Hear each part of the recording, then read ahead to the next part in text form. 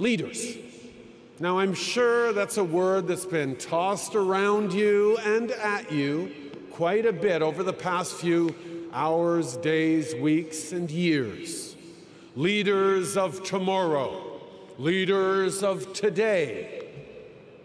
But what does it mean? What attributes does a 21st century leader need to have? What do people need most from their leaders today and tomorrow? Now, I think you need to be brave, really brave. And I know when you think of courageous leaders, you think of those folks who stood implacably and fearlessly anchored in their sense of rightness, willing to pit their ideas against all comers, against the slings and arrows aimed their way. Well, I don't think that's brave enough. I don't think that's good enough for what our shared future will ask of you. I actually don't think it's ever been good enough.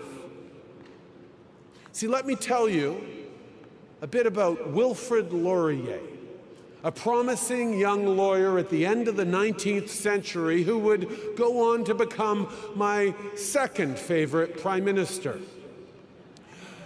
He was raised and educated as a proud Catholic French Canadian, an exemplary representative of one side of the two identities that had come together to found Canada just a few decades before.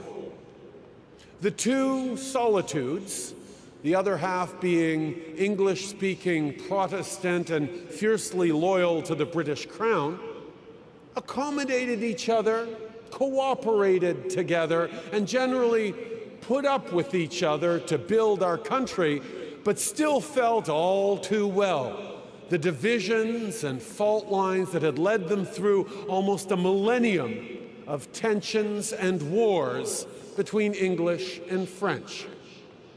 It was impressed upon young Wilfrid by his teachers and elders that he must stand up unflinchingly for the values and the identity of his heritage, those beliefs and approaches that were his birthright and would be his